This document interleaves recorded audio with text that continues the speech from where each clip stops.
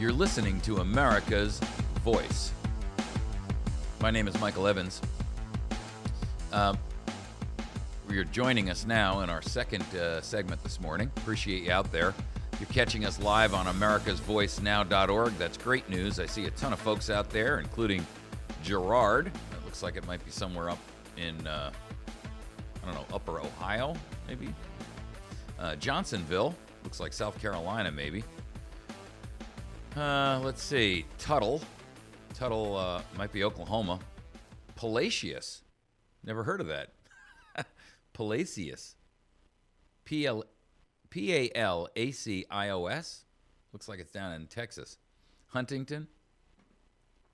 Never heard of that city. Palacios. Hello, Palacios. Thanks for joining us. Appreciate you. We're going to talk in this segment about the Ukraine. And according to more than one person, this is beginning to look like it may be the beginnings of World War III. And we may look back at this in history and say, like we look back now at World War I and the murder in Yugoslavia that basically kicked it all off, the assassination, I should say, which really, shouldn't have been the cause of a global war, but yet dragged everyone into it. You see, the world, folks, is getting tired of tyrants. The world is, people around the world, you know what? The psychopaths who run governments, they seek to crush out anyone who would argue their positioning, who would point it out, expose it. It's not limited just to foreign countries. It's going on right here. How do I know that? Well, Lois Lerner was trying to criminally prosecute anyone who disagreed with her positioning. That's no better than you would have gotten in the heyday of Soviet Russia, Soviet-era Russia. And it's still going on. Putin, clearly a power-hungry madman, is doing everything he can to, one, strike back at the West, and two, solidify his own positioning and power, and that of his nation, Russia.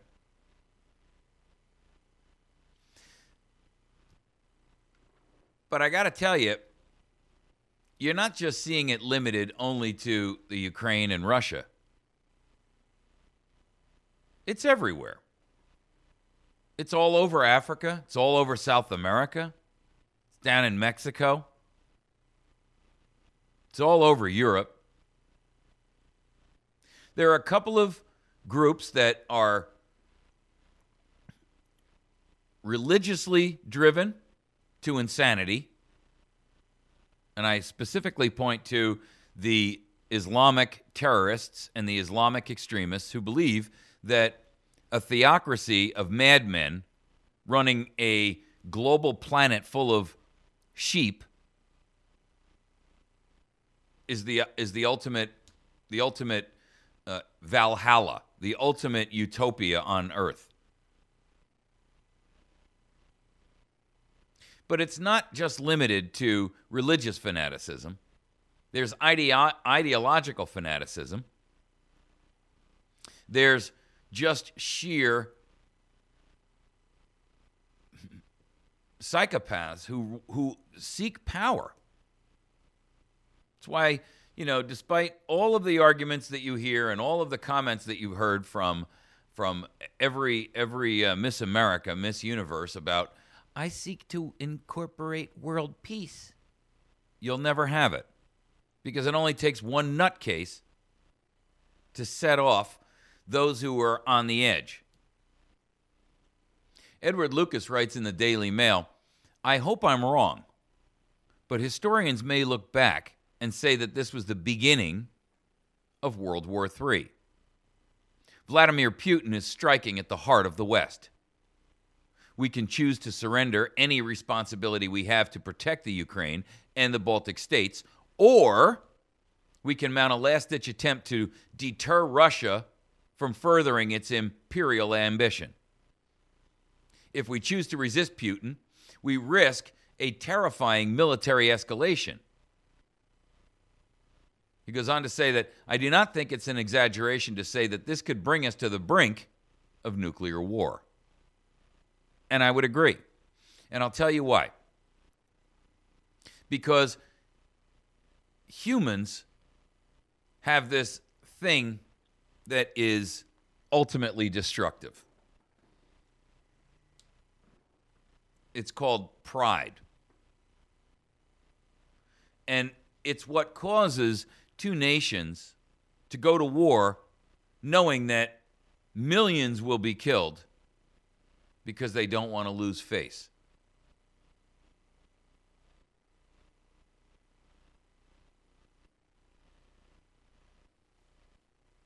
What's happening right now in the Ukraine, and what started out to be protests from individuals who were tired of being oppressed and repressed.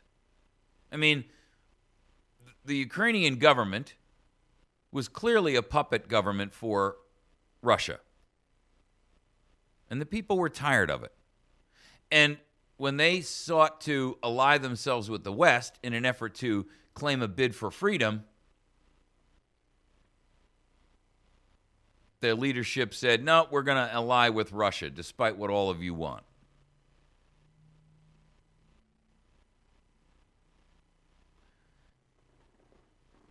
I'm not saying that the West is good for the Ukraine either, because the West is run by the International Monetary Fund, the IMF.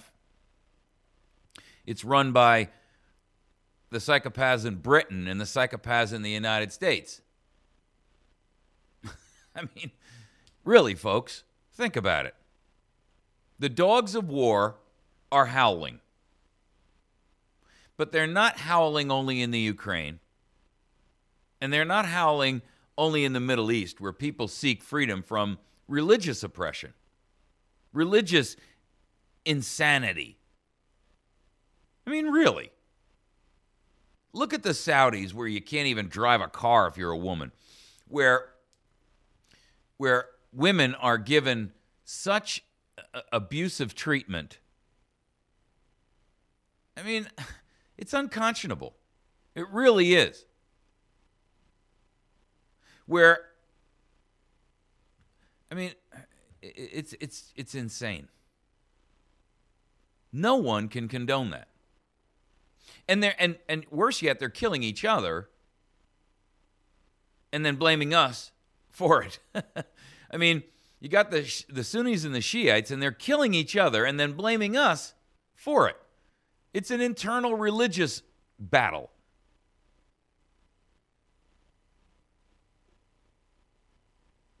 The world's just full of psychopaths.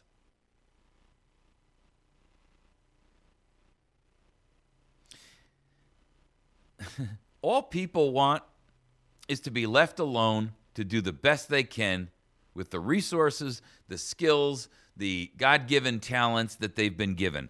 To be able to take their wetware, right, and be able to function with that as best they can to create, devise, and profit and benefit themselves and their families with the gift that they've been given.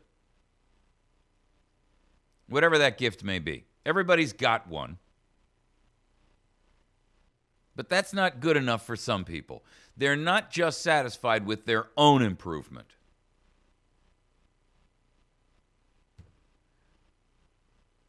Humanity is flawed beyond belief because of this problem. And it has been the cause of strife through all of known history from the time that man ever literally sentiently stepped foot, one foot in front of the other. It has been the destructive force in every society, between every nation. I'm not some utopian who says, well, we can all live in a, happy little commune here and share alike, and because that doesn't work. Humanity is too selfish for that. And we're intended to be. We're community driven, but we're not a collective. We don't herd well.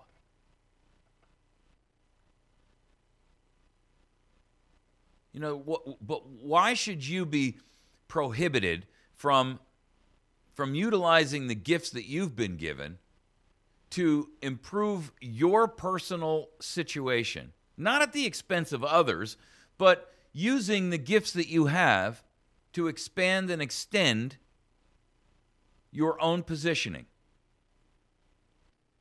You don't have to take advantage of someone else in order to be successful individually. One, and I'm talking about just in terms of your own life and in your own fiscal arena, but in addition to that, your own self-gratification. You don't have to take advantage of someone else to be satisfied with who you are and what you've accomplished. It doesn't have to be that way. Only weak individuals or flawed individuals will do that, will prey upon others to enhance their position. Weak because they're unwilling to put the magnificent talents that they have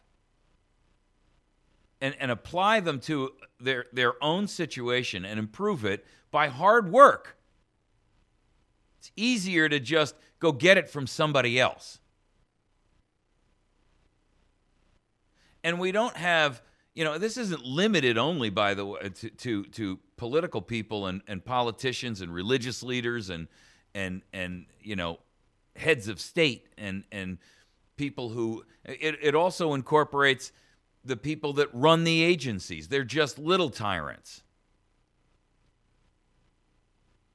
But it also incorporates the helpless, the helpless by choice, the hapless. They're just too dagnab lazy to go do what needs to be done. Now, whether they've been indoctrinated to a level of dependency or whether it's, there's always been the lazy,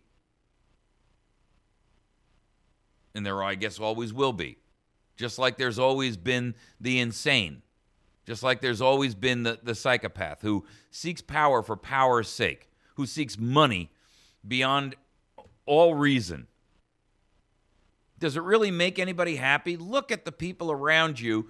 Look at the people who are wealthy and known to be wealthy. Are they really happier? I mean, really, are they happier? Does stuff make you happy? Most people in the world know it doesn't.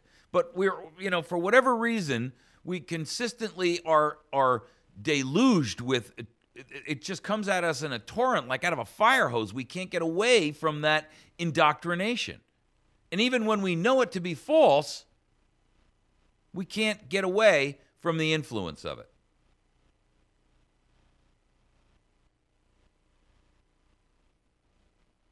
It's a failing of the planet. At least the humans that exist on it. Ukraine is coming apart at the seams. Yes, it was poorly run. Yes, it's bankrupt. But that's not the fault of the Ukrainian individuals, the families that are just out there trying to survive. That's the fault of the people who were running it. Why is the world in such utter disastrous shape right now?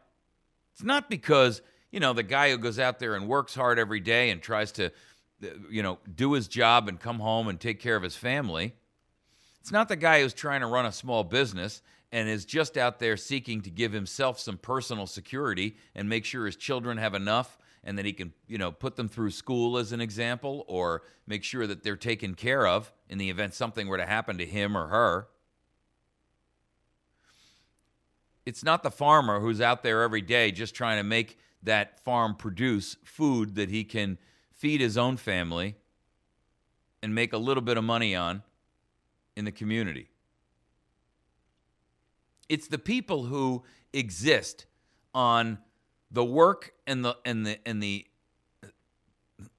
on others, the production of others. What do these people produce? Look at any of them. Pick any one you want. Take Putin, take Obama, take Lois Lerner. What do these people produce? Nothing but acrimony and angst and unhappiness. They produce hatred. They don't produce anything. Nothing of value at any rate. They have no virtue. There is no benefit that they provide to the collective value of humanity. Certainly, you're not getting anything from it. I'm not receiving anything from it. I mean, we've spent how many trillions of dollars?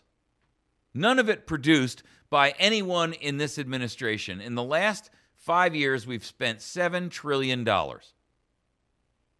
If you do the math and you break that out over the total population, every person, every man, woman, and child in the nation has invested $25,000 to make that happen. What have you got to show for your 25 grand?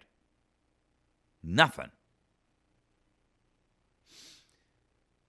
The 25,000 that you should that's your share has been funneled by political operatives and madmen and mad women and monsters into either their own coffers or the coffers of their friends and their cronies.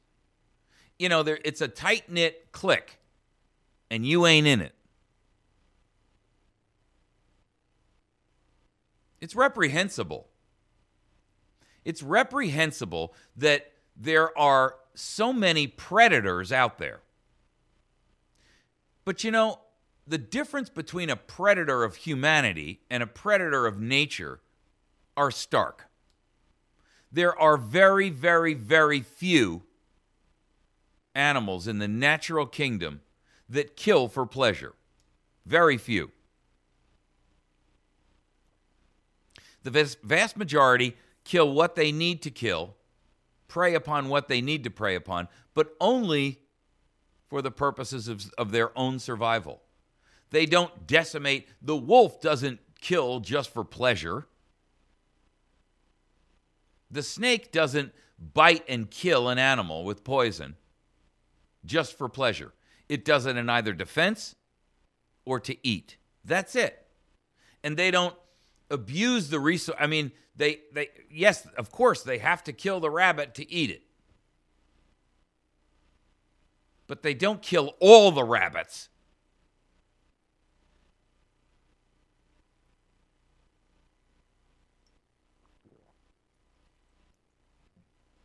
The insanity of higher intelligence is that it breeds this ill-natured cruelty.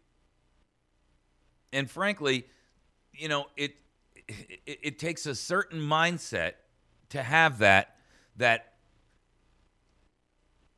failure to be empathic or even sympathetic with the plight of those which you're taking advantage of to gain your own personal improvement. That is, ladies and gentlemen, where the flaw lies.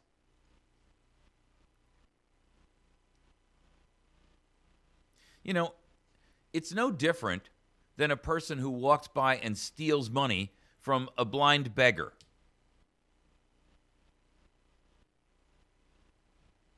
Really. And someone who doesn't need it. I mean, come on. It's just malicious. Because I can.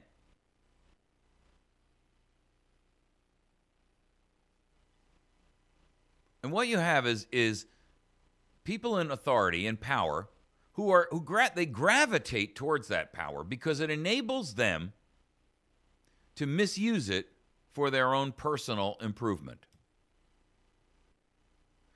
Just like it takes a certain person with a mindset to go into a unique brain surgery as an example in medicine. Just like it takes a certain person and a certain mindset to be willing to become a nun or someone who will sacrifice their own personal interest for the benefit of others, it takes a certain mindset to sacrifice your benefit for their own personal value or improvement. We're never going to get away from that. Even if we throw off the tyrants on the planet, if Putin could be vacuumed off the face of the planet tomorrow morning, if Barack Obama could be vacuumed off,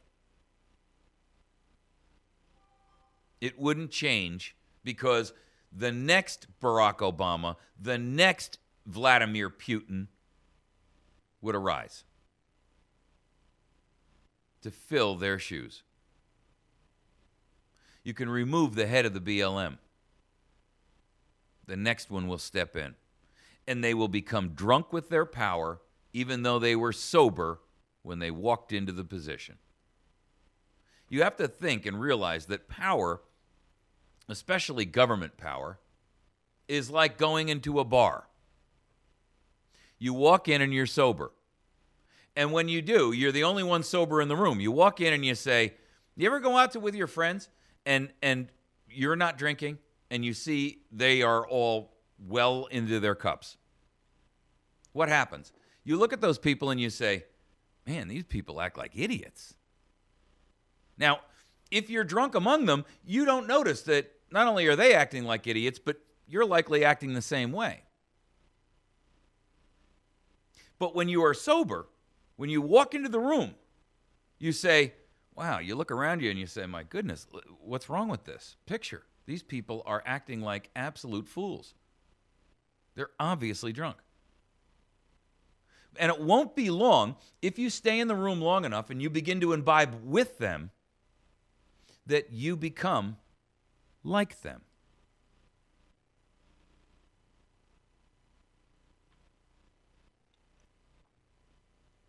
You've been listening to America's Voice.